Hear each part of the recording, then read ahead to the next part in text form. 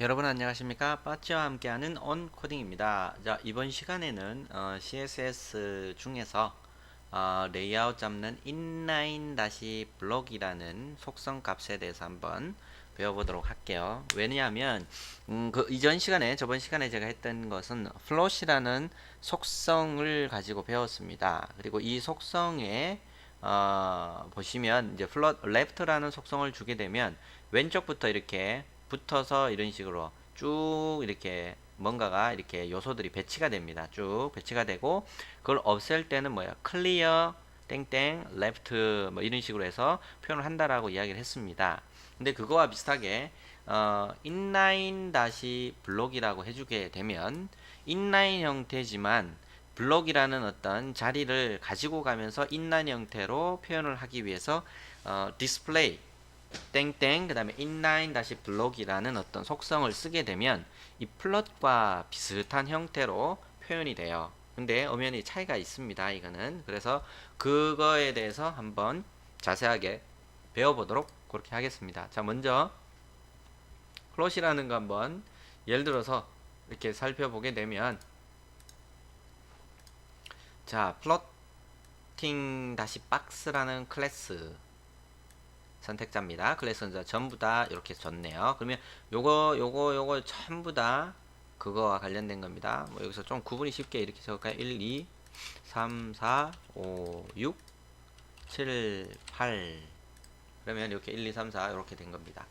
자, 요거를 150 말고 100으로 한번 줄여볼까요? 자, 무슨 뜻인지 이해되십니까? 100으로 했을 때에 이렇게 쭉 나오고요. 그 다음에 150으로 했을 때 100으로 할 때는 4까지 나왔죠. 150으로 했더니 3까지 나온 겁니다.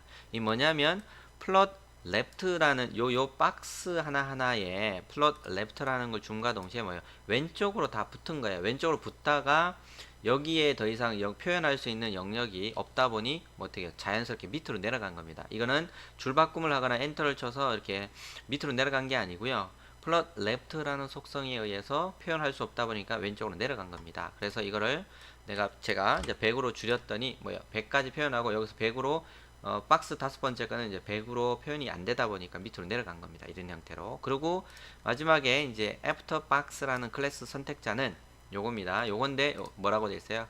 clear left를 준 거죠. 그래서 clear left를 주다 보니까 자연스럽게 그냥 아래로 내려와서 이렇게 된 거고, 여기서 밀려서 이렇게 내려 개념이 아니고요. 클리어 레프트를 줌과 동시에 뭐예요? 이 녀석은 여기에서 레프트 속성이 없어지면서 원래 본래 속성인 어떤 그 블럭 형태로 해서 밑에 이렇게 내려오게 된 겁니다. 이거는 그래서 그렇게 표현이 되어 있는 게 이제 플러시라는 개념이고요. 근데 이제 인라인 블럭이라는 개념을 줬을 때 마찬가지입니다. 이것도 100으로 주게 되면 이렇게 되죠. 인라인 블럭. 이것도 마찬가지로 1, 2, 3, 4, 5, 6, 7, 8 이렇게 가서 똑같이 한번 접었다고요. 똑같이 이렇게 한번 가정을 해볼게요. 그러면 자, 플롯 레프트라는 걸 줬을 때 하고, 자, 이걸 줬을 때 하고 거의 차이가 없어요. 그죠? 차이가 없어요. 그러니까 인라인 다시 블럭이라는 거를 인라인 다시를 없애면 블럭이죠. 그러면 한 줄로 쭉 블럭을 다 차지를 하니까 이렇게 나타나지만, 이거를 인라인 다시 블럭이라는 개념을 주게 되면 이렇게 인라인은 뭐예요? 인라인 방식은 뭐예요? 이렇게 자연스럽게 왼쪽에 이렇게 오른쪽에 이렇게 와서 이렇게 붙어서 형성이 되는 게 인라인 형태입니다. 그래서 인라인이면서도 물론 블록이라는 개념을 같이 가져간다라는 뜻으로 이렇게 적어 놓은 거고요. 그래서 인라인 다시 블록이라고 하면 이렇게 자연스럽게 이렇게 어울리면서 배치가 돼요. 그리고 애프터 박스 여기에 애프터 다시 박스 클래스를 선택자로 되어 있는 요 녀석을 한번 봤더니, 자, 나머지는 inline 다시 display라는 속성의 속성 값을 inline 다시 블록이라고 줬더니 이렇게 다 붙어서 자리를 차지를 못하다 보니 자연스럽게 이것도 밑으로 이렇게 내려오게 된 겁니다. 근데 요 녀석은 이거밖에 없죠. 플롯 같은 경우에는 클리어라는 걸 줘서 밑으로 내려오게끔 반드시 해줘야 되지만, 그래서 이 플롯이라는 속성 값을 없애줘야 되지만, inline 다시 블록이라는 개념에서는 뭐예요? div 자체가 div 자체가 블록 개념으로 자리를 한 자리를 차지해서 전체를 이렇게 표현을 한다라고 했습니다. 그러다 보니 인라인 다시 블록이라는 거를 적어준 데까지는 인라인 블록 어떤 영향을 받았지만 그게 없는 그냥 단순 div에서는 인라인 블록이 없어지고 그냥 블록 형태로 이렇게 표현이 된 겁니다. 자, 이해되십니까? 그러니까 인라인 다시 블록은 인라인 다시 블록 개념의 어떤 여기 디스플레이라는 거와 함께 적용이 된 거고요. 없는 거는 당연히 그냥 div로서 그냥 블록 형태로 이렇게 구분이 된 겁니다. 그래서 이거는 자연스럽게 줄바꿈에서 내려온 거고요.